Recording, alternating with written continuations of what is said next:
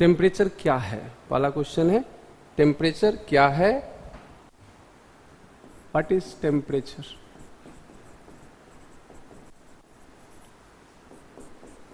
हमें मेजरमेंट करना है, बट जिसको हम मेजर करने जा रहे हैं उसके बारे में तो आपको पता होना चाहिए कि वो क्या है। क्या है टेम्परेचर, और क्या आप टेम्परेचर को हीट से रिलेट कर सकते हैं? क्या आप टेम्परेचर को हीट से रिलेट कर सकते हैं? मतलब कि क्या टेम्परेचर और हीट में कोई रिश्ता है, या क्या दोनों सेम है? चलिए बताते जाइएगा। Is there any difference between temperature and heat? If yes, then what is the difference?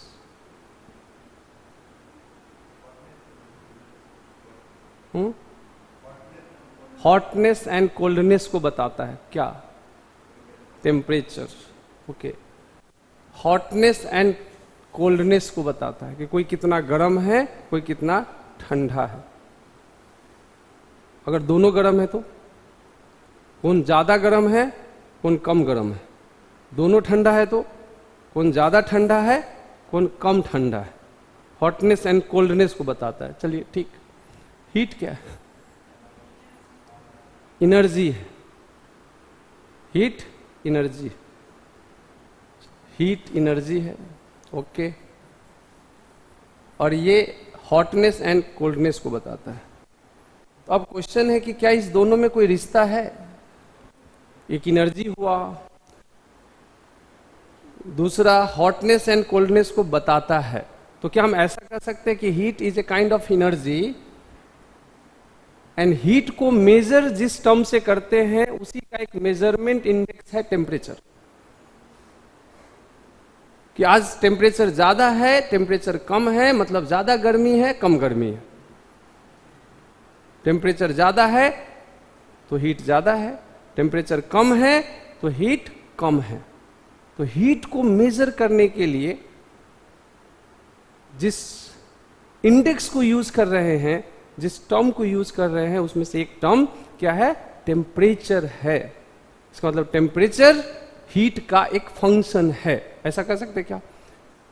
अगर हम कहें कि y is a function of x, y is a function of x,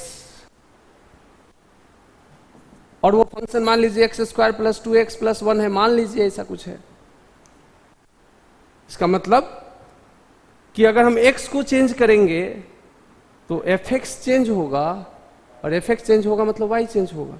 इसका मतलब कि अगर हम x को चेंज करते हैं तो y चेंज होता है। इसका मतलब y is a function of x। तो ऐसा कुछ कह सकते हैं कि heat is a function of temperature. Heat is a function of temperature, क्योंकि हीट ms डेल्टा T होता है।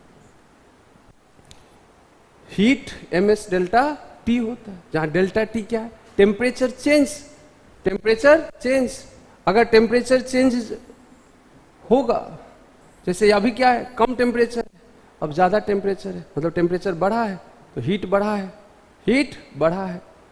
इसका मतलब कि हम ये भी कह सकते हैं कि heat is a function of temperature.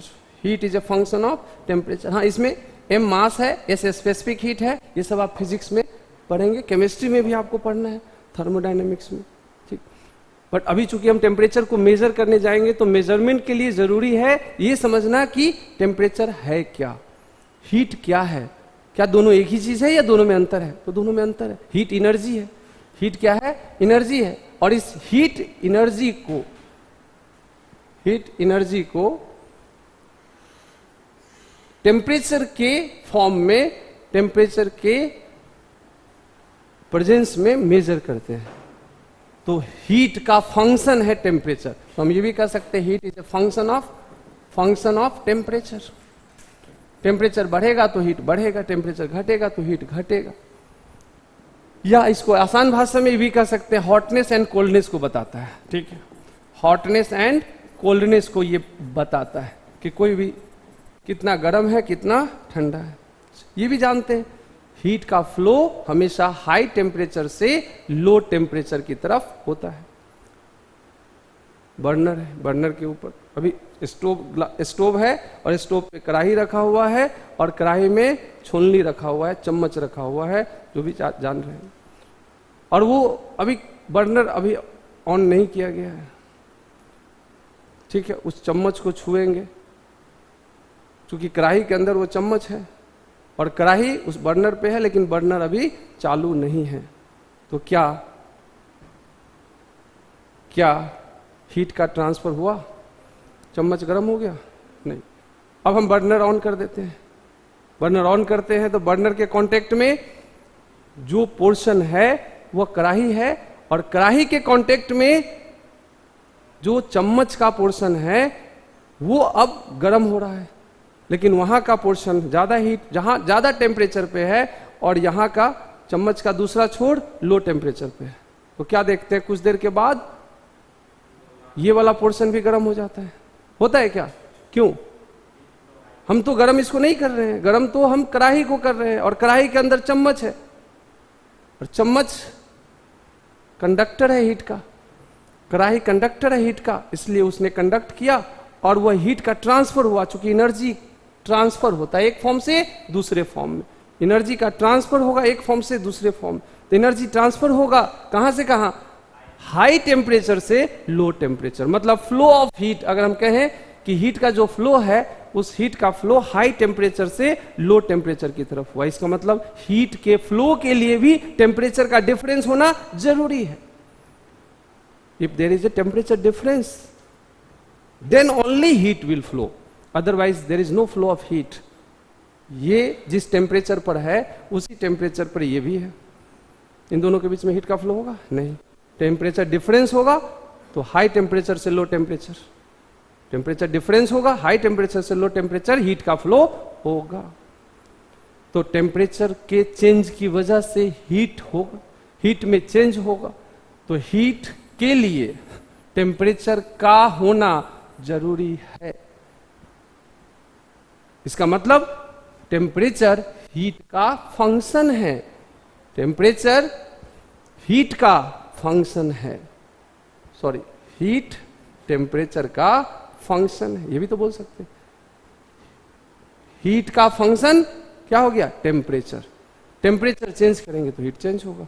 मतलब दो अलग अलग चीज है, लेकिन दोनों एक दूसरे से रिलेटेड है। हीट एनर्जी है जिसका यूनिट अगर देखे तो जूल होता है, जिसका यूनिट देखे तो कैलोरी होता है।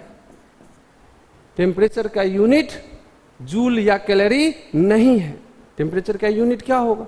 टेम्परेचर का यूनिट क्या होगा?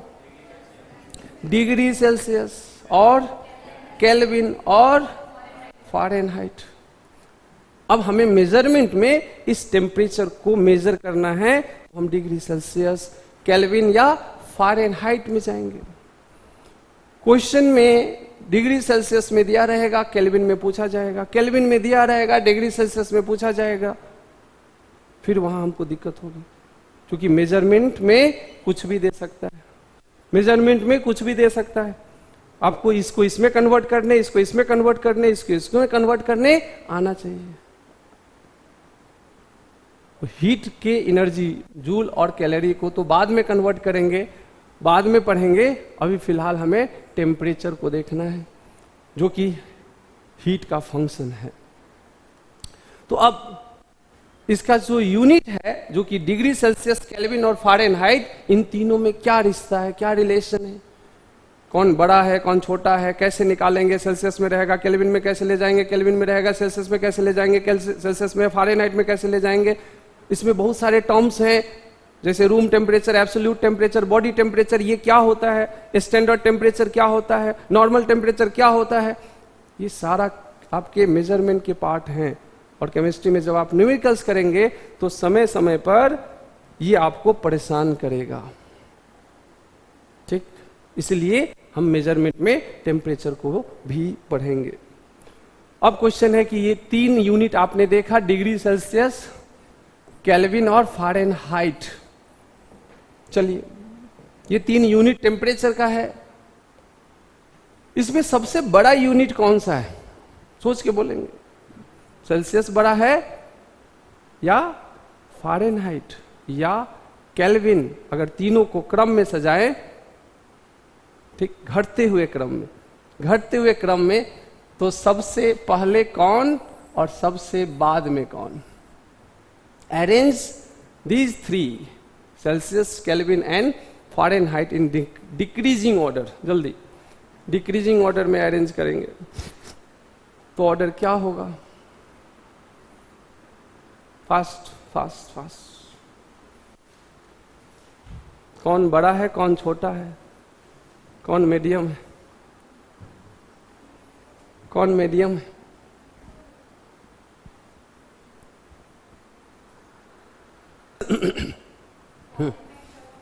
फ़ारेनहाइट बड़ा होगा।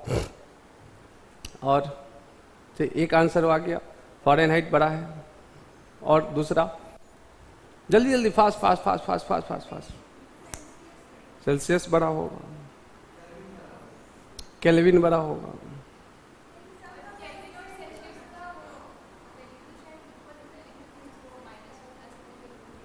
इफ क्वेश्चन इज कौन बड़ा है कौन छोटा है, मतलब मैग्नीट्यूड आपको सब में सेम लेना है। अगर हम बात कर रहे हैं इसमें कौन बड़ा कौन छोटा, तो ये फिक्स हो गया कि इसकी अगर 1 सेल्सियस ले, 1 डिग्री सेल्सियस ले रहे हैं तो इसका 1 केल्विन, इसका 1 फ़ारेनहाइट ही लेंगे जी। आप वैल्यू जब तक सेम नहीं करेंगे तो कैसे कहेंगे कि कौन बड़ा कौन छोटा है? अगर हम कहें कि 100 बड़ा है या 1000 बड़ा है, तो 100 की वैल्यू है 100, 1000 की वैल्यू है 1000, तो 1000 बड़ा है। और हम कहें कि दर्जन बड़ा है या सैकड़ा बड़ा है, तो दर्जन 12 होता है, 12 यूनिट को दर्जन बोलते हैं और 100 यूनिट को सैकड़ा बोलते हैं, तो ऑब्वियस है कि सैकड़ा बड़ा होगा। तो दोनों का एक एक लेना है, ये नहीं कि अब दर्जन है तो हम 20 दर्जन ले लिए और 20 दर्जन को हम सैकड़ा से कंपेयर कर रहे हैं, कहेंगे कि सर दर्जन बड़ा हो गया। नहीं,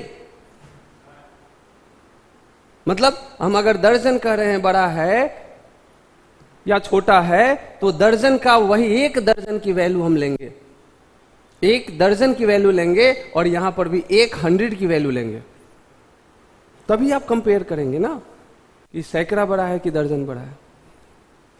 इसका मतलब यहां पर भी सेल्सियस, केल्विन और फ़ारेनहाइट में पूछा गया कि बड़ा कौन है, बड़ा यूनिट कौन सा है। टेम्परेचर मेजर करने के लिए कौन सा यूनिट आप बड़ा यूनिट में लेंगे? तो एक आंसर आया केल्विन, एक आंसर आया सेल्सियस, एक आंसर आया फ़ारेनहाइट। ऐसा कैसे हो सकता है? 3 आंसर और तीनों अलग अलग। बाकी लोग जल्दी बोलिए। सेल्सियस बड़ा है। सेल्सियस लॉक करें? लॉक कर दे। हाँ, आप लोगों के लिए सेल्सियस, सेल्सियस, सेल्सियस। ज्यादा तो सेल्सियस के पक्ष में है। केल्विन, केल्विन में भी 2 लोग हो गए। हाँ, केल्विन ठीक। सेल्सियस आपका? सेल्सियस की केल्विन की फ़ारेनहाइट? या no idea? You have no idea, then you can also speak I don't know, no idea। एक ऑप्शन ये भी है, नो आइडिया। चलिए, तो देखते हैं कौन बड़ा है। 5 मिनट में ये आपका आंसर मिल जाएगा। 5 मिनट दीजिए, आप खुद बताएंगे, हम नहीं बताएंगे। I am not going to tell you which one is larger, which one is smaller. I am just giving the clue, I am just giving the relation. I am just giving the relation. On the behalf of that relation, you can easily find which one is larger, which one is smaller. ठीक? तो हम clue दे सकते हैं, data दे सकते हैं, लेकिन answer आपको ही बताना है। ठीक? चलिए, सेल्सियस को अगर लेते हैं तो 0 degree Celsius is 273.15 Kelvin. Okay, 0 degree Celsius is 273.15 Kelvin, which is almost equal to 273 Kelvin. बिल्कुल जब भी आपको 0 डिग्री सेल्सियस लेना हो तो आप 273 केल्विन ले सकते हैं। चूंकि 273.15 नियर अबाउट 273 है, आप ले सकते हैं बिल्कुल। एक रिलेशन हमने ये दे दिया। दूसरा रिलेशन यहां पर है T degree Celsius is equal to 273.15 plus T Kelvin. This is the second relation which I am given to you, ये बताने के लिए कि कौन बड़ा है।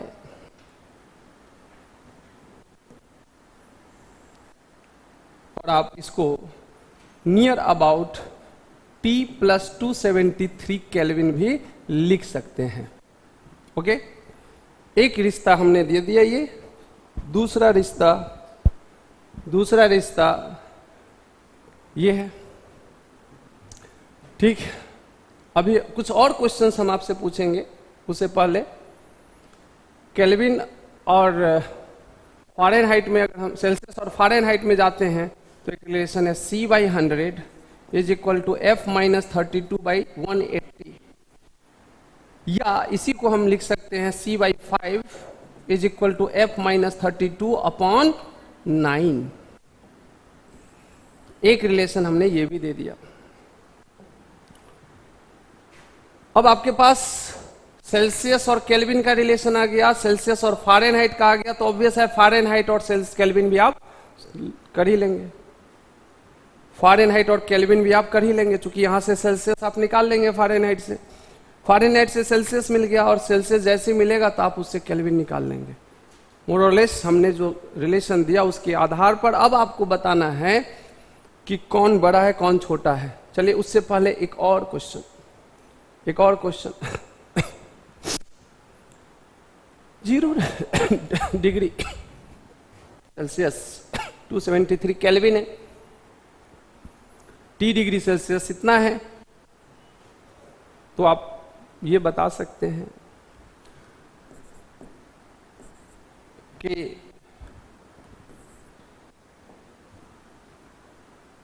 रूम टेम्परेचर कितना होता है। Room temperature 25 degree Celsius. Okay, 25 degree Celsius. तो आपके पास रिलेशन है, तो बताइए 25 degree Celsius is equal to how much Kelvin. एक ही बार मौका मिलेगा, इसलिए जो बोलेंगे सोच के बोलेंगे। 298.15 एक आंसर आया। और कोई? वही है 298.15 केल्विन, 298 केल्विन। चलिए अब बताइए, रूम टेम्परेचर 25 डिग्री सेल्सियस है, 25 डिग्री सेल्सियस बराबर 298 केल्विन। कल आपको एक मास्टर की दिया था मैंने, शायद आई थिंक आपको कल एक मास्टर की मिला था जी,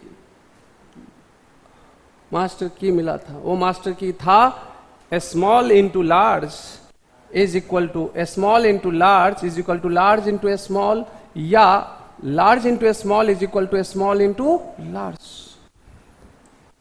अब आप बता सकते हैं कि इसमें कौन बड़ा है और कौन छोटा है। सेल्सियस और केल्विन में कौन बड़ा है कौन छोटा है। तो आप देखिए, आपको डिग्री सेल्सियस और केल्विन में नहीं पता है कि कौन बड़ा है कौन छोटा है, लेकिन ये तो पता है कि 25 में और 298 में कौन बड़ा है। कौन बड़ा है? 298 बड़ा है, 25 छोटा है।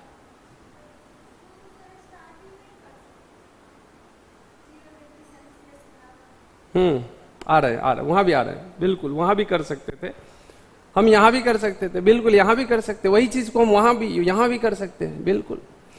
0 डिग्री सेल्सियस में 0 है और यहां पर 273 है, तो 0 में और 273 में कौन बड़ा है? ये हो गया बड़ा, ये हो गया छोटा। तो बड़ा के साथ क्या होगा? छोटा, और छोटा के साथ क्या होगा, छोटा के साथ क्या होगा, बड़ा, मतलब डिग्री सेल्सियस बड़ा है, केल्विन छोटा है, सेल्सियस बड़ा है, केल्विन छोटा है। यहां भी वही देख रहे हैं, 25 ये लार्ज है, ये स्मॉल है, तो ऑब्वियस है ये लार्ज होगा और ये स्मॉल होगा। मेरा क्वेश्चन था केल्विन बड़ा है या डिग्री सेल्सियस, तो ऑब्वियस है डिग्री सेल्सियस बड़ा यूनिट है, केल्विन छोटा यूनिट है। ठीक, अब आपसे एक क्वेश्चन और है, तो ऑब्वियस आप फारेनहाइट को लेंगे तो फारेनहाइट भी आप बता ही सकते हैं कि फारेनहाइट सेल्सियस से छोटा है, फारेनहाइट सेल्सियस से, फारेनहाइट सेल्सियस से, फारेनहाइट सेल्सियस से बड़ा है। अगर हम कहें कि एक फारेनहाइट और एक सेल्सियस, कौन बड़ा है, फारेनहाइट। चलिए इसका भी आंसर आप खुद देंगे, इसका भी आंसर आप खुद देंगे। रूम टेम्परेचर में कोई दिक्कत, बॉडी टेम्परेचर, बॉडी टेम्परेचर कितना होता है, हाँ 37 degree Celsius, right. Body temperature is 37 degree Celsius. अगर इसको आप फारेनहाइट में लेके जाते हैं तो ये 96.6 फारेनहाइट होता है। कितना होता है, 8 होता है, 96.8, 98 सॉरी, हाँ हाँ सॉरी, 98.6, 98.6।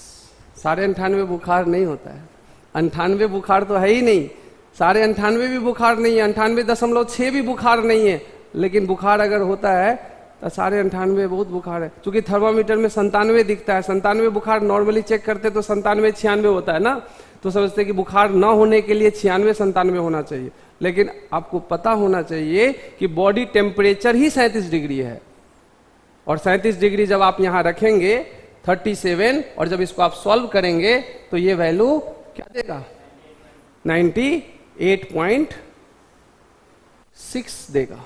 आप रख के देखिए, अगर C को हम कितना लिए, 37/5 is equal to F minus 32/9, 37/5 7.4 into 9 plus 32 is equal to F, is equal to F।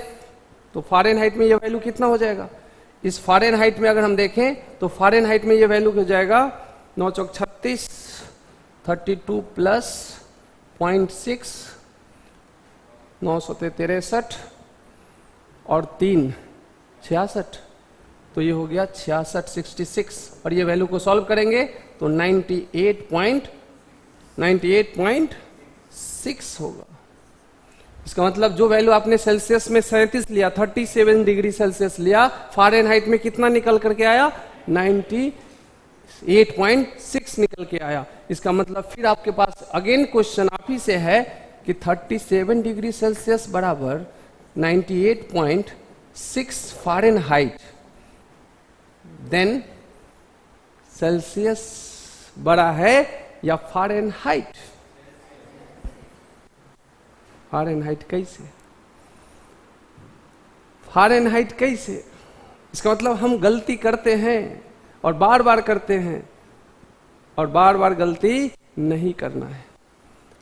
एक बार हमने बताया, एक फॉर्मूला, एक ट्रिक, एक मास्टर की, आप उस मास्टर की से अलग जाएंगे नहीं। दिस इज द मास्टर की, दिस इज द मास्टर की। पिछली क्लास में हमने यही तो मास्टर की बताया, दिस इज द मास्टर की। आप इसको बहुत जगह यूज करेंगे, बहुत हेल्प करेगा ये आपके लिए, बहुत हेल्प करेगा।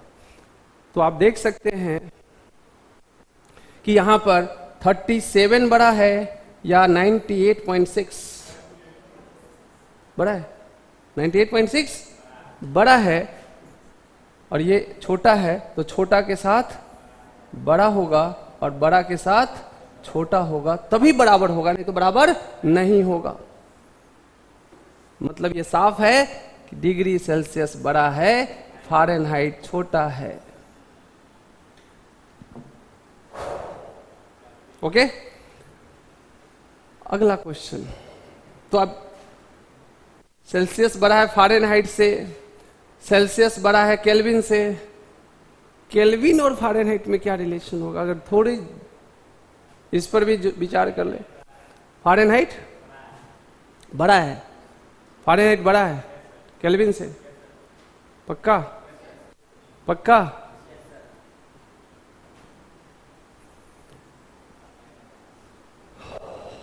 सबको समझ में आ रहा है क्या?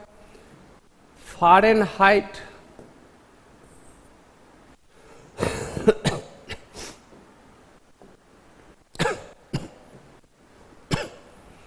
सेल्सियस तो केल्विन से भी बड़ा है, सेल्सियस डिग्री सेल्सियस बड़ा है फ़ारेनहाइट से भी और केल्विन से भी।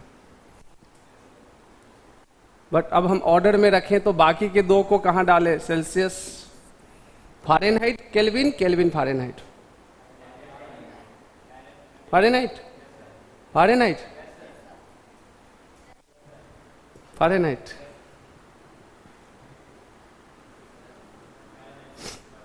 काम करते हैं, इसको भी चेक कर ही लेते हैं। शंका नहीं रखना है, शंका नहीं रखना है। अभी शंका है तभी तो मतलब सब लोग नहीं बोल रहे हैं।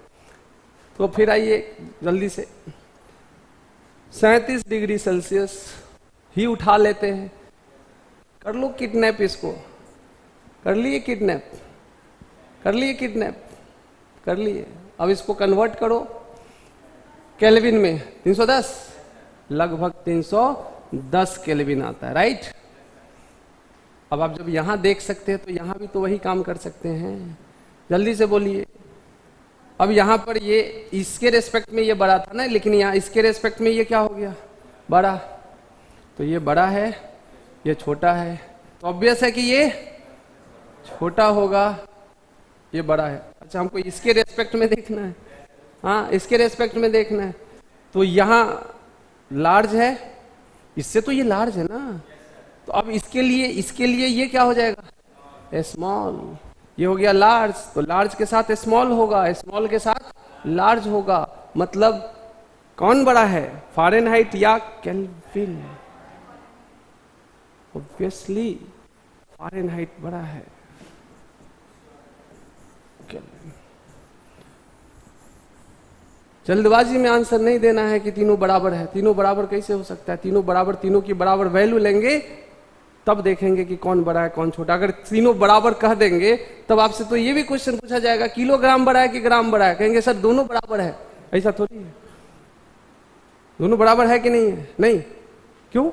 देखिए तो 1 किलोग्राम बराबर 1000 ग्राम, बराबर नहीं है। किलोग्राम ग्राम बराबर नहीं है, बराबर तो है नहीं? नहीं। 1 किलोग्राम बोल रहे हैं और यहाँ 1000 ग्राम बोल रहे हैं। दोनों की अलग अलग वैल्यू ले रहे हैं कि एक ही वैल्यू ले रहे हैं? अलग अलग वैल्यू ले रहे हैं। 1 किलोग्राम ले रहा है और यहाँ 1000 ग्राम ले रहा है, इसका मतलब दोनों अलग अलग वैल्यू ले रहे हैं। अलग अलग वैल्यू ले रहे हैं, इसका मतलब है कि आप कंपैरिजन कैसे करेंगे किलोग्राम बड़ा है कि ग्राम बड़ा है? तो दोनों की एक ही वैल्यू लीजिए, 1 किलोग्राम 1000 ग्राम है ना, और 1 ग्राम बराबर 10 के पावर -3 किलोग्राम। तो अब आप यहां देखेंगे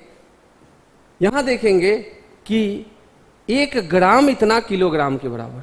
तो ऑब्वियस है, या इसको देखे या इसको देखे, किलोग्राम 1 और 1000 में 1000 बड़ा है तो ग्राम छोटा होगा, 1 छोटा है तो किलोग्राम बड़ा होगा।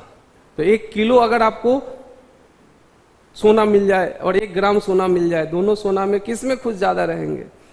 आपको 1 किलो सोना मिल गया, प्रत्युष सर के थ्रू आपको 1 किलो सोना मिल रहा है ना। 1 किलो सोना प्रत्युष सर ने दिया।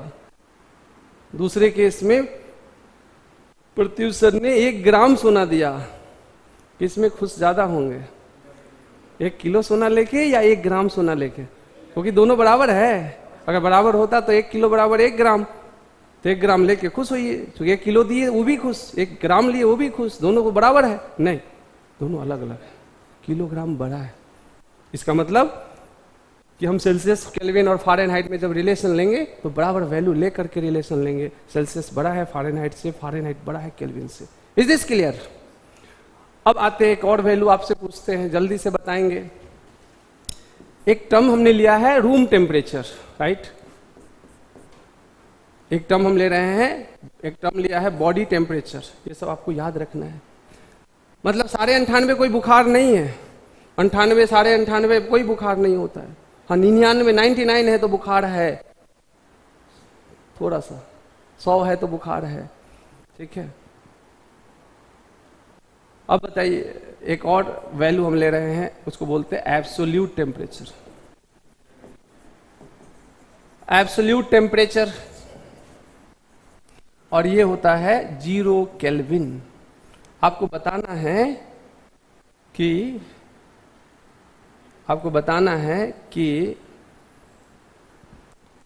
यह बताना है, मतलब बताना है, चुप रहेंगे, सोचना है, हम जिसे पूछेंगे वही बताएंगे। 0 केल्विन बराबर कितना डिग्री सेल्सियस? आंसर जिसका आ जाए हाथ उठाइएंगे।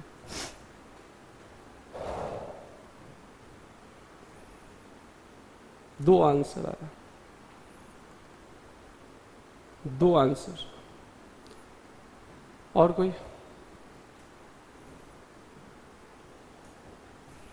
0 केल्विन कितना डिग्री सेल्सियस? 3 आंसर।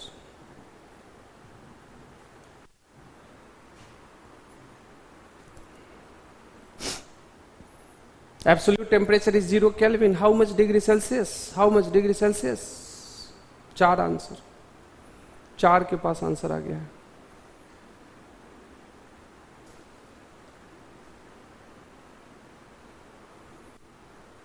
चलिए, हाँ आ रहा है कुछ आंसर, या आ रहा पेट में है, अभी ऊपर नहीं निकल रहा है। निकालिए निकालिए उसको, पेट से बाहर आना चाहिए, मुंह से बाहर लाना है।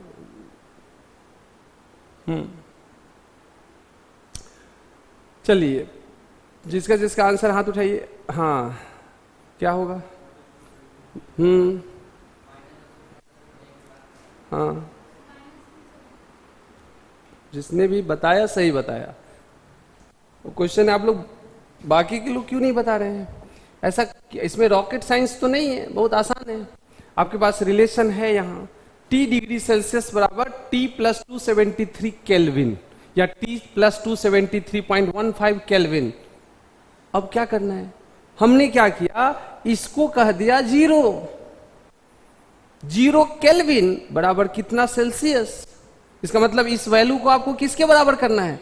0 के बराबर करना है। और जब इसको 0 के बराबर करेंगे तो सेल्सियस में T कितना के बराबर हो जाएगा? -273.15 के बराबर हो जाएगा। तभी तो इसका मतलब है कि ये 0 आपको करना है। 0 केल्विन बराबर कितना सेल्सियस, तो आप निकाल सकते हैं कि T plus 273.15 is equal to 0, right. तो T कितना हो गया? -273.15, -273.15, -273.15। इसका मतलब है कि अगर टेम्परेचर का -273.15 वैल्यू T में रखेंगे तो -273.15 प्लस 273.15 क्या हो जाएगा? कैंसिल हो जाएगा, 0 हो जाएगा। और 0 Kelvin is absolute temperature which is equal to -273.15 degree Celsius. Understand? Is this clear? तो एब्सोल्यूट टेम्परेचर -273.15 डिग्री सेल्सियस या आप -273 डिग्री सेल्सियस ले सकते हैं। फिर यहां भी आप देख सकते हैं केल्विन जो है वो क्या है? सेल्सियस से छोटा है। क्यों? क्योंकि 0 यहां पर इससे बड़ा है। 0 बड़ा है तो बड़ा के साथ छोटा, छोटा के साथ बड़ा, सेल्सियस बड़ा है, केल्विन छोटा है।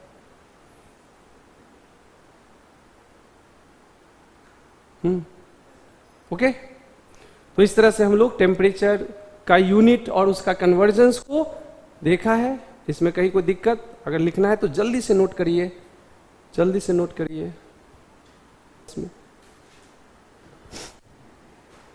ये हो गया। अब यहां पर एक चीज आप बताइए साथ में, एक जूल जो होता है वो कितना कैलोरी होता है?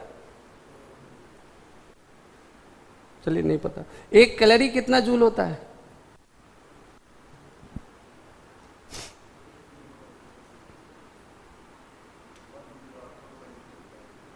4.2 calorie, 1 joule is equal to 4.2 calorie. दो ही चीज है, जो बोल रहे हैं उसका उल्टा, नहीं तो वो आपने बोला 1 joule is equal to 4.2 calorie, but 1 calorie 4.18 joule होता है।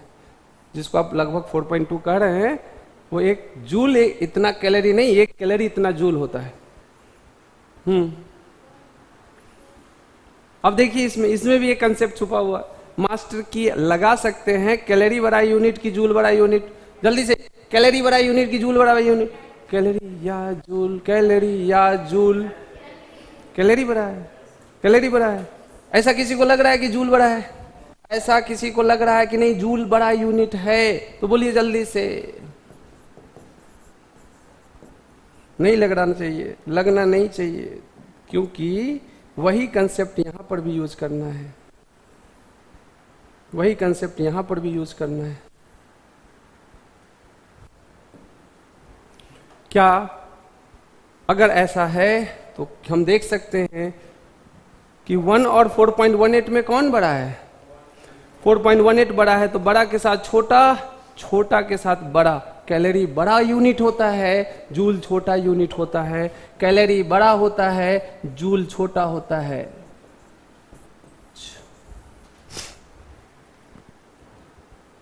ठीक,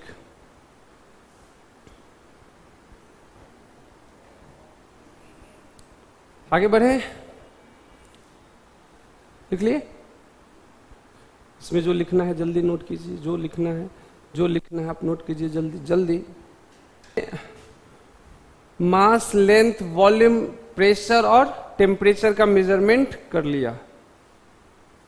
अगला टॉपिक है, मेजरमेंट का ही है टॉपिक, जैसे क्वेश्चंस नीट में भी रहता है, ठीक है, और मेंस में भी रहता है। वो क्या है? वो है scientific notation. Notation, significant figure,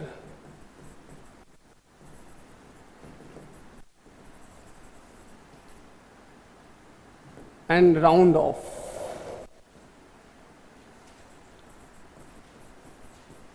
round of,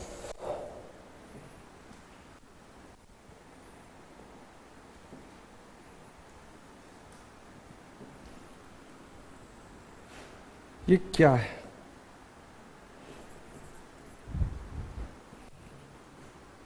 ये भी मेजरमेंट का ही पार्ट है। Scientific notation, significant figure and round of. सुना सुना नाम हो, समझ रहे, जान रहे होंगे इसको जी। क्या होता है साइंटिफिक नोटेशन? कोई बताएंगे जल्दी जल्दी, क्या होता है साइंटिफिक नोटेशन? हाँ, सिंबल है, एलिमेंट के लिए जो सिंबल यूज करते हैं वो होगा। और बाकी लोग, साइंटिफिक नोटेशन किस चिड़िया का नाम है? उड़ने वाली, दौड़ने वाली, रेंगने वाली, चलने वाली, किस तरह की चिड़िया को बोलते हैं साइंटिफिक नोटेशन? कभी सुने हैं कि नहीं? पहली बार सुन रहे हैं क्या? पहले भी कहीं सुने हैं? पहली बार सुन रहे हैं? First time? पहले सुने हैं, ध्यान नहीं है, बहुत ही इंपॉर्टेंट चीज है ये। चलिए, अगर हम आपसे पूछे कि इसका नाम सुने,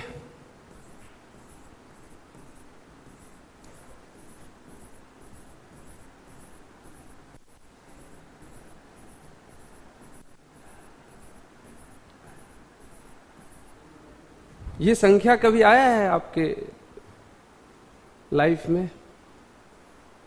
कभी नहीं आया है? एवोगाड्रोज नंबर आया है। ये संख्या है 6022 पे 20 जीरो है। जीरो काउंट नहीं करिए, काउंट किया हुआ है, 20 जीरो है। कितना जीरो? एक संख्या हमने ये लिया, एक संख्या और लेते हैं, और वो है 1 2 3 4 5 6 7 8 9 10।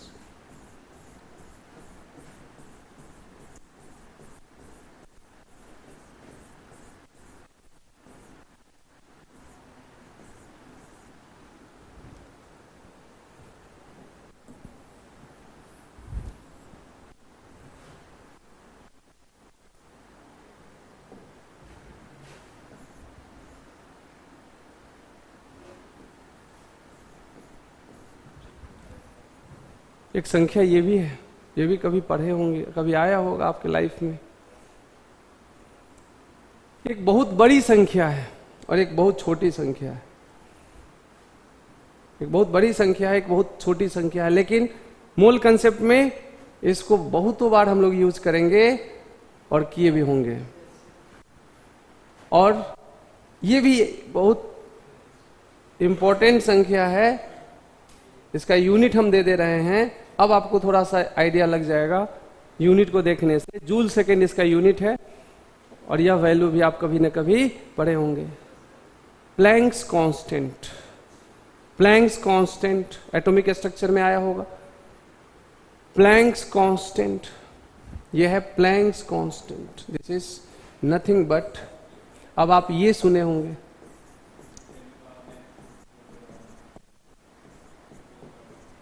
नॉट जूल पर सेकेंड, नहीं joule second. Joule per second और joule second both are different.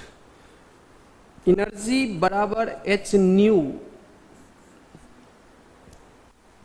Energy बराबर एच न्यू, एच बराबर एनर्जी बाई न्यू, न्यू मतलब फ्रीक्वेंसी, और frequency 1 by time period, E by 1 by time period which is E into time period, और ई का unit है joule and time period का unit है second, and that's why joule second is the unit of Planck constant, not joule per second। दूसरा यहां पर एक value हमने लिया है, इसकी वैल्यू है 6.022 इंटू 10 टू द पावर 23। ये नाम तो आप सुने ही होंगे। हाँ, इस संख्या को एवोगाड्रोज ने दिया, उनके नाम पर यह संख्या पड़ा एवोगाड्रोज नंबर, इसी को बोलते हैं Avogadro's number, right. Avogadro's number Na, mole concept में खूब यूज करते हैं इसको। अब यही चीज आपसे कहा जाए कि इतनी बड़ी संख्या को बार बार लिखवाए क्लास के अंदर, ठीक है, 200-300 बार अगर हम ये लिखवा दें तो मजा आ जाएगा। नहीं सर, क्या करवा रहे हैं, इतनी बड़ी संख्या बार बार लिखने का कोई मतलब है? लेकिन यही चीज अगर हम इस फॉर्म में लिखते हैं, Na के फॉर्म में, इस फॉर्म में अगर लिखते हैं तो बार बार लिखाएं तो भी आप परेशान नहीं होंगे। This is the scientific notation form. This is the scientific notation form of this number. ये आप जो देख पा रहे हैं यही फॉर्म है साइंटिफिक नोटेशन फॉर्म, इसी को बोलते हैं साइंटिफिक नोटेशन फॉर्म में इस संख्या को लिखना। कैसे लिखते हैं, क्यों लिखते हैं, ये तो समझ में आ गया। एक बड़े संख्या को बार बार लिखना हो इफेक्टिव नहीं है, तो साइंटिफिकली इस नंबर को लिखने का तरीका ये है। साइंटिफिकली, साइंस यहां भी है, नंबर लिखने में भी साइंस है, ताकि आप उसको इफेक्टिव बना सके, इफेक्टिव राइटिंग हो, इसीलिए इसको इस फॉर्म में लिखा गया। This form is called scientific notation form. ये छोटी सी संख्या है, बहुत छोटी संख्या है, जिसको कि हमने साइंटिफिक नोटेशन फॉर्म में ये लिखा। This is in scientific notation form, scientific notation form. अब ये लिखना आसान है या ये लिखना आसान है, ये लिखना आसान है या ये लिखना आसान है? ऑब्वियसली साइंटिफिक नोटेशन फॉर्म लिखना ज्यादा आसान है, ठीक। अब होता क्या है साइंटिफिक नोटेशन फॉर्म? क्वेश्चन है साइंटिफिक नोटेशन फॉर्म होता क्या है, तो समझिए साइंटिफिक नोटेशन फॉर्म। अच्छा, इसको क्या बोले? This is called Planck's constant. क्या बोलते हैं? इसी संख्या को, ये जो नंबर है, वैल्यू है, इसको बोलते हैं प्लैंक्स कांस्टेंट, और इसको रिप्रेजेंट करते हैं H से, ठीक। तो अब जब भी प्लैंक कांस्टेंट देखेंगे तो ये देखेंगे H या ये, ना कि ऐसा लिखा हुआ दिखेगा, बट वैल्यू वही है। एवोगाड्रोज नंबर ये देखेंगे, ये लिखा हुआ रहेगा, ये लिखा हुआ रहेगा, ऐसा नहीं लिखा रहेगा, बट वैल्यू बराबर है। इसका मतलब हमें साइंटिफिक नोटेशन फॉर्म में अगर लिखना हो तो कैसे लिखेंगे, क्या होता है साइंटिफिक नोटेशन फॉर्म? तो एनी नंबर, क्या होता है? एनी नंबर, लिखिए डेफिनेशन लिखते चलिए। Any number which is in the form of, which is in the form of n into 10 to the power x, n into 10 to the power x, where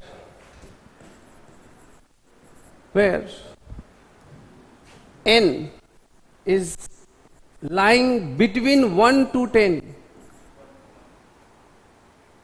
but here there is equality at 1, not at 10. 10 पे equality नहीं है, 1 पे equality है, 1 पे equality है। n की value, यहां जो n हम लिख रहे हैं, ये n आपका 1 और 10 के बीच का होना चाहिए। 1 के बराबर हो सकता है, 10 के बराबर नहीं। 1 के बराबर हो सकता है, 10 के बराबर नहीं। 1 और 10 के बीच की कोई भी वैल्यू ले सकते हैं, कोई भी वैल्यू हो सकता है, फ्रैक्शन में भी हो सकता है, इंटीजर भी हो सकता है, कोई भी वैल्यू हो सकता है। लेकिन 1 के बराबर हो सकता है, 1 से बड़ा हो सकता है, 10 के बराबर नहीं हो सकता है, लेकिन 10 से छोटा हो सकता है। 1 और 10 के बीच की वैल्यू होगा, 1 पे इक्वालिटी होगा, 10 पे इक्वालिटी नहीं होगा। ठीक। और x क्या है यहां पर? x यहां पर कोई भी नेगेटिव वैल्यू हो सकता है या पॉजिटिव वैल्यू हो सकता है। ये नेगेटिव या पॉजिटिव वैल्यू हो सकता है, नेगेटिव या पॉजिटिव वैल्यू हो सकता है। Any number which is in the form of this, where n is lying between 1 to 10, where equality at 1 not at 10, and x is any value which is either positive or negative, called scientific notation form.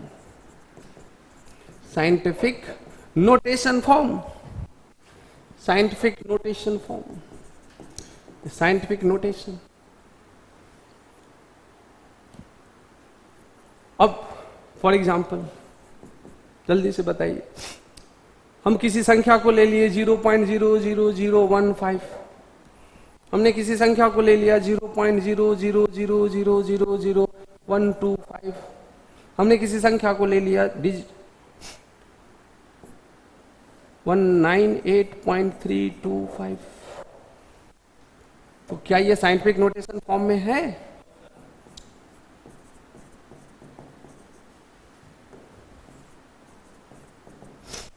क्या ये scientific notation form में है? नहीं, क्योंकि यह जितने भी values दिए गए हैं वो 1 और 10 के बीच में लाई नहीं करता है। 1 और 10 के बीच का ये कोई वैल्यू नहीं है, 1 और 10 में कोई लाई नहीं करता है। तो हमें इसको 1 और 10 के बीच में ले जाना है। कैसे लेके जाएंगे? जल्दी बोलिए। अब डेसिमल यहां है, डेसिमल को यहां ले जाए तो 1 और 10 के बीच में आएगा? नहीं। यहां ले जाएंगे तो, यहां ले जाएंगे तो, यहां ले जाएंगे तो, मतलब इस डेसिमल को यहां से उठ के यहां आना है। तो कितना डिजिट राइट खिसकाएंगे? 1 2 3 4 digit right. कितना डिजिट? 1 2 3 4 डिजिट बाद हमको इसको लेके जाना है। तो फिर देखिए यहां पर वही कंसेप्ट है, smaller into larger, larger into smaller. Again master की यूज, वही मास्टर की फिर यूज करेंगे। हमने एक छोटी संख्या को बड़ा बना दिया। क्या किया? ये छोटी सी संख्या थी, उसको हमने क्या किया? बड़ा कर दिया। क्या 1.5 बड़ा है कि 0.00015 बड़ा है? 1.5 बड़ा है, मतलब एक छोटी सी संख्या को बड़ी संख्या कर दिया। क्या बराबर होगा? कभी नहीं होगा। ये छोटी सी संख्या बड़ा कैसे हो सकता है? अगर हम आपको कहे कि क्या 8 को हम 2 लिखे, लिख सकते हैं? 8 2 नहीं हो सकता, 8 2 के बराबर नहीं हो सकता। नहीं। अगर हम इसको 4 से गुना कर दे तो, 4 से गुना करें तो हो जाएगा। इसका मतलब 8 2 के बराबर नहीं होगा, लेकिन 2 इंटू 4 के बराबर तो होगा। तो यहां पर हमने इस छोटी इसी तरह से अगर हम कहें 2 को क्या 8 लिख सकते हैं? 2 को क्या 8 लिख सकते हैं? नहीं। क्या करना होगा? क्या करना होगा? 8 नहीं लिख सकते, लेकिन 2 के बराबर अगर करना है तो इसको कितना से मल्टीप्लाई करना होगा? 1/4। 1/, इसका मतलब ये हुआ कि 2 को 8 के बराबर तो नहीं कर सकते, लेकिन 8 इंटू 1/4 के बराबर कर सकते। तो 2 की जगह पे 8 हमने बड़ी संख्या किया, 2 को बड़ी संख्या किया, तो एक छोटी संख्या से हमको मल्टीप्लाई करना पड़ेगा, तभी वो बोर्ड बड़ी संख्या छोटी संख्या के बराबर हो पाएगा। सेम कंसेप्ट हियर, छोटी संख्या को हमने बड़ा कर दिया, बड़ा कैसे होगा? बराबर तो होगा नहीं। हमको बराबर करना है तो हमें एक बड़ी संख्या से मल्टीप्लाई करना होगा या छोटी संख्या से? छोटी संख्या से। चूंकि हमने इस छोटे को बड़ा किया, ये छोटा था, इसको हमने बड़ा किया। ऑब्वियसली बड़ा किया तो छोटा के बराबर तो होगा नहीं, तो हमें छोटी संख्या से मल्टीप्लाई करना होगा। एंड दैट छोटी संख्या क्या होगा? अब छोटी संख्या 10 टू दी पावर, 2 ऑप्शन आपको दिए जा रहे हैं, 1 2 3 4, 10 to the power 4 and 10 to the power -4। 10 to the power 4, 10 to the power -4। तो यहां पर आपको 1 दिया हुआ है, 1 इंटू दिस 1 है, 1 इंटू दिस 1 है। This is exactly equal to 1 into this 1। तो 1 यहां पर क्या है? बड़ी संख्या है। तो 1 से ये वैल्यू क्या होना चाहिए? छोटा होना चाहिए। क्या अभी छोटा है? 10 टू द पावर 4 छोटा है कि 1 छोटा है? हमें 1 से छोटा करना है, तो यहां पर क्या करना होगा? आया समझ में? इसका मतलब अब हमने लार्ज को स्मॉल संख्या से मल्टीप्लाई करके स्मॉल बना दिया। Now this is equal. Is this clear? अब यही काम करना है यहां पर। जल्दी बोलिए, डेसिमल को यहां ले जाएंगे 1.25 कि 12.5? 1.25। 12.5 क्यों नहीं? क्योंकि 10 से बड़ा हो जाएगा और 10 के बीच रखना है, 10 से नीचे रखना है। 1.25 इंटू 10 टू दी पावर कितना राइट खिसकाए हैं? 1 2 3 4 5 6, 1 2 3 4 5 6 7। कितना हो गया? +7 -7। अच्छा, अब यहां पर डेसिमल है, 10 से बड़ा है। डेसिमल को लेफ्ट ले जाए कि राइट? डेसिमल को लेफ्ट या राइट? लेफ्ट। कितना लेफ्ट? हाँ, डेसिमल को यहां लाएंगे, 2 डिजिट लेफ्ट खिसकाएंगे। अब 2 डिजिट जैसे लेफ्ट खिसकाए तो ये बड़ी संख्या छोटी संख्या में चला गया। गया क्या? ये बड़ी संख्या किस में चला गया? तो बड़ा छोटा के बराबर होगा क्या? तो छोटा को बड़े से मल्टीप्लाई करना होगा कि छोटा से? बड़ा से। वो बड़ा संख्या 10 टू दी पावर प्लस में कि 10 टू पावर माइनस में? 10 टू पावर प्लस में कितना? 2 या -2? +2। तो 1 है यहां पर। अगर यहां -2 करेंगे तो छोटा होगा, 1 है यहां पर, 100 किए 1 से बड़ा हुआ और बड़ा होगा, तो ही बराबर होगा smaller into larger, larger into smaller, larger into smaller. Same concept here. Master की अगेन यू कैन यूज।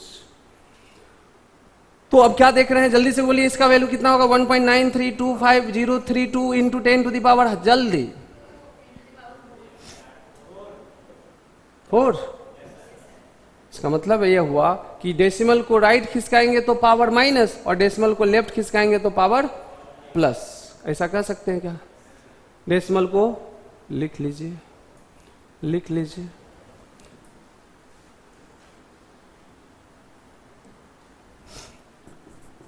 इसका मतलब साइंटिफिक नोटेशन फॉर्म में जब भी आपको ले जाना हो और डेसिमल को, ठीक है, राइट आप लेके जाते हैं तो पावर 10 के पावर, जो पावर आप लिखेंगे वो नेगेटिव होगा, और अगर डेसिमल को लेफ्ट लेके जाते हैं,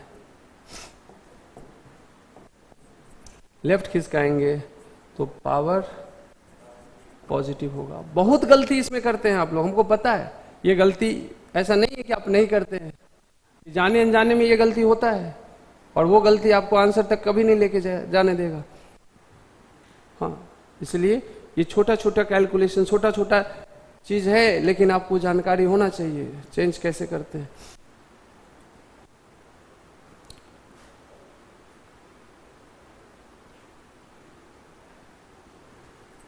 ठीक, साइंटिफिक नोटेशन फॉर्म हो गया। ठीक,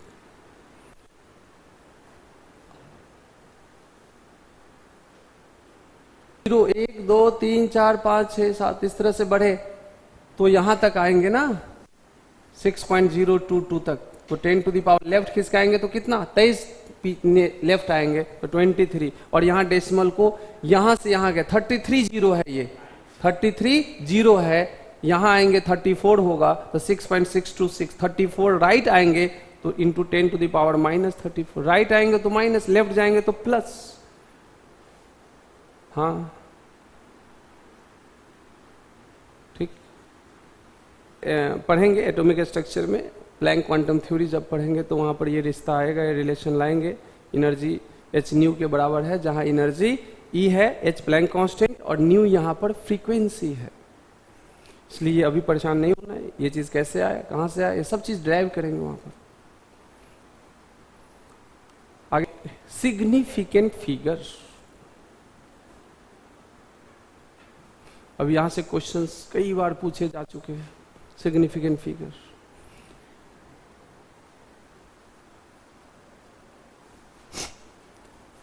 क्या होता है? सिग्निफिकेंट फिगर कभी पढ़े, पहले से जानते हैं? If you have any idea then you can tell me. Significant figure के बारे में कोई आइडिया है? चलिए अब बताइए, यहां पर हम एक डाटा ले रहे हैं सिग्निफिकेंट फिगर जानने के लिए।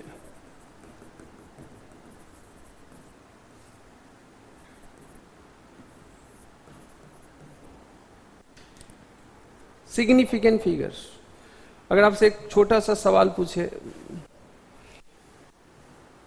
कि क्या 5.0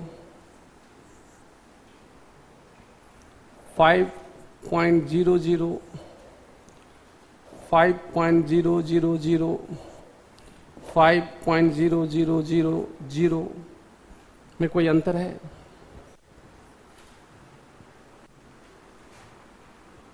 कोई अंतर नहीं है। किसी को लग रहा है कोई अंतर? कोई अंतर नहीं है, कोई अंतर नहीं है।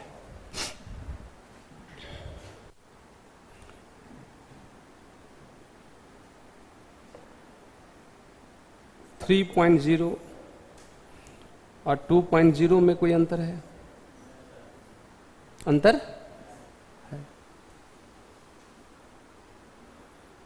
अब आपका क्वेश्चन है आपके लिए कि यहां इन दोनों में अंतर है, इन दोनों में अंतर है, और इन सभी में अंतर नहीं है, तो आपको बताना है कि ऐसा कौन चीज है कि यहां पर इन चारों का कुछ अलग है, जो आपको अंतर नहीं दिख रहा है वो अंतर बताना है कि इसमें कोई अंतर है भी।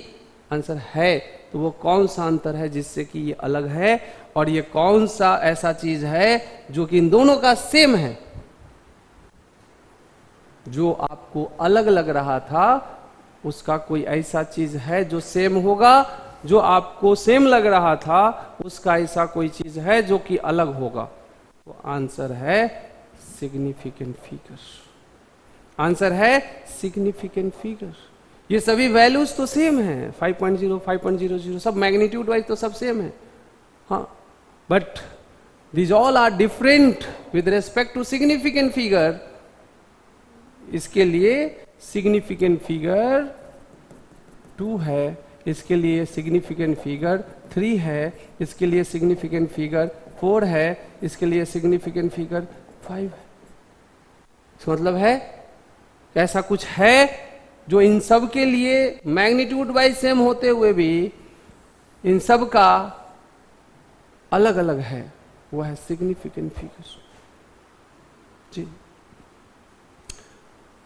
और ये दोनों डिफरेंट है, ये दोनों डिफरेंट है, लेकिन इन दोनों के पास एक चीज है जो कि सेम है। इन दोनों के पास एक चीज है जो कि सेम है, और वो सेम क्या है? Significant figure. वो सेम क्या है? Significant figure. इसके लिए सिग्निफिकेंट फिगर है 2 और इसके लिए सिग्निफिकेंट फिगर है 2। ये क्या है? इसका मतलब वैल्यू वाइज ये दोनों डिफरेंट है, दोनों डिफरेंट है, बट सिग्निफिकेंट फिगर वाइज अगर देखें तो ये दोनों के पास सेम सिग्निफिकेंट फिगर है। तो ऐसा कोई चीज है जो दोनों में सेम है, वो है सिग्निफिकेंट फिगर। ऐसा कोई वैल्यू है जो सेम होने वाले इन चारों का डिफरेंट है, वो भी है सिग्निफिकेंट फिगर। इसका मतलब कुछ तो है सिग्निफिकेंट फिगर जिसको जानने की जरूरत है। ठीक, अब आपसे एक छोटा सा क्वेश्चन, आपको एडिशन आता है? एडिशन आता है, सब्ट्रैक्शन, मल्टीप्लिकेशन, डिवीजन आता है? तो चेक कर लेते हैं कि आपको आता है या नहीं आता है। Addition, multiplication, division and subtraction test आपका हम ले रहे हैं। आप पास होते हैं या फेल 5 मिनट में पता चल जाएगा। ठीक, तैयार है? जोड़ घटाओ गुना भाग के लिए टेस्ट के बाद ही छुट्टी मिलेगी। टेस्ट दे के जाएंगे आप। चलिए, पहला टेस्ट एडिशन टेस्ट 1.00 प्लस 2.0 बराबर 1.00 प्लस 2.0 बराबर। अगला ये एडिशन है, आपको एडिशन करके बताना है। हमको एडिशन की वैल्यू जो चाहिए वो सही वैल्यू चाहिए। ठीक है, सही वैल्यू चाहिए। अगला है 5.00 माइनस 1.0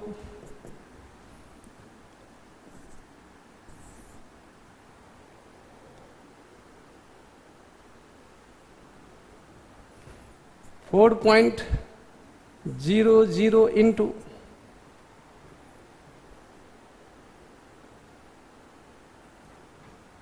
1.0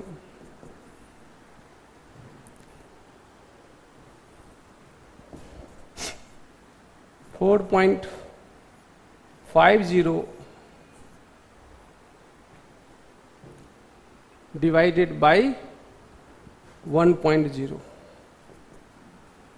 चलिए, आपको मिलता है समय 1 मिनट। मुझे लगता है 1 मिनट काफी है। चलिए, हम 2 मिनट देते हैं आपको। आपको मिलता है 2 मिनट इस 4 क्वेश्चन के लिए। जोड़ घटाओ गुना भाग। Time starts now. जल्दी।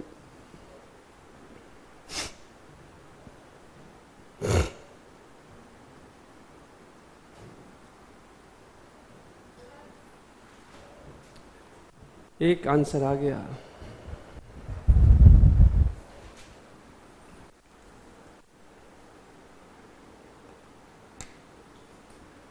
गलत,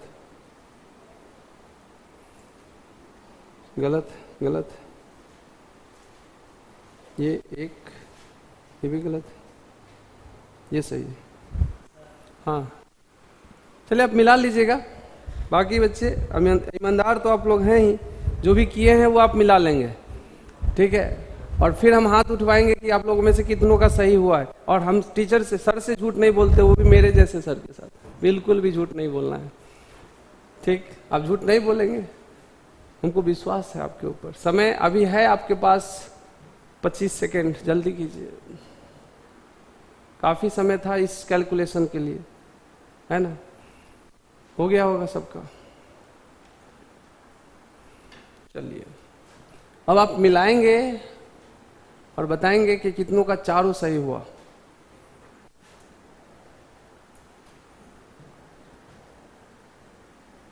टाइम ओवर। चलिए, पहले का आंसर है 3.0।